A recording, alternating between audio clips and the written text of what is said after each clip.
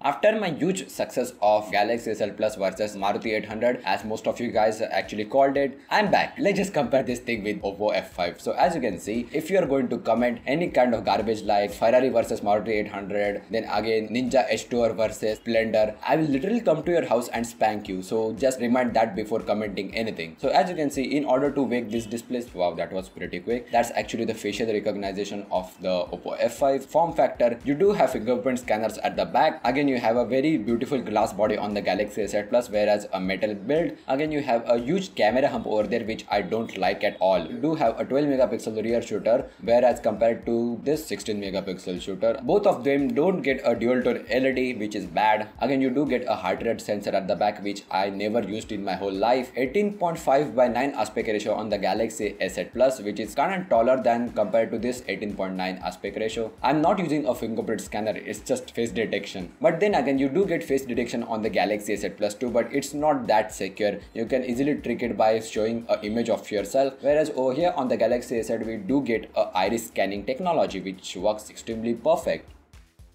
Like, there you go, it didn't even load my preview, and also the most secure technology in the world. For 20,000 rupees, I don't actually complain. Again, they both have their own operating systems. Samsung Experience version 9, yep, I'm running Android Oreo over here, whereas compared to the Color OS, which is actually running on Android 7.1.1. Well, technically, Galaxy is behind if you compare to the Android version, if you are not running any kind of weird stuff like me. On the left, we just have a ripoff of iOS, you got the control center and stuff, whereas over here you have a original OS, which actually has much better features than the shitty gestures that you get on Oppo. You have the apps edge and stuff for the curved screen. Again, Galaxy S8 looks much more immersive than just the bulky bezels of Oppo F5, but then again we are comparing 20,000 rupees to 65,000 rupees, so that's pretty good. Coming down to the camera, pretty same wide angle for both of the shooters. As you can see, you do get a far sharper image on the Oppo F5. You can actually make out the text on my camera, whereas over here it's out of focus, but if you focus you do get a better image. Again, in low light, Galaxy S8 Plus wins. You do get a front portrait mode on the Oppo F5, as you can see it's working right now, whereas over here on the Galaxy S8 Plus you do get a selective focus, which needs to be in around 50 centimeters, but it just doesn't work in most of the scenarios. Couldn't apply the focus contrast, it's just broken, to be honest. Now both of these handsets actually have 4 gigs of RAM. The Oppo F5 actually has a 1080p display, whereas compared to this massive almost 3K display, 2 gigs of RAM available over here, whereas just 800 MB. If you do a performance test, Oreo versus Nougat, 1, 2, 3.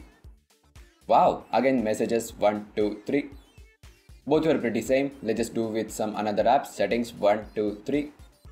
Wow, Oppo F5 was again faster. But then again, in terms of raw performance, Galaxy S8 will just smash in any kind of competition. You do get some options in terms of navigation. So let's just go. You get navigation bar, navigation keys. Can actually set up different colors for the navigation bar, which is kind of cool. For example, this is for the golden one. This is for the blue that I own. Then again, this is for the rose gold. You can actually swap the keys from recent apps panel to the back. Again, you can do same over here on the left. But you do get navigation gestures on the Oppo F5, which are straight just ripped off from V7 Plus, and you can also do similar thing over here by typing this dot over here twice. On the Galaxy S8 you have to actually just bring up the navigation bar, whereas over here you actually have gestures, such as for example if you want to go back, swipe up from the right. If you want to go home, then you can swipe up from the middle. Again, if you want the control panel, you can swipe up from the left. Galaxy S8 actually has a 3D touch button, so you can actually just 3D touch it. It can just throw you back to home. But then again, if you want recent apps panel and stuff, you actually have to bring up the navigation bar. But then again, if you want to access recent apps panel on Oppo F5, you have to actually do a iPhone X like gesture. For example, you have to actually swipe up from the home and hold for 1 second, and there you go. That's how you get into the recent apps panel. And that's pretty much it for this small little comparison between these phones. And if you want to hate this video, I seriously don't know what's wrong with you. I'm just doing this for fun, and see you in the next one.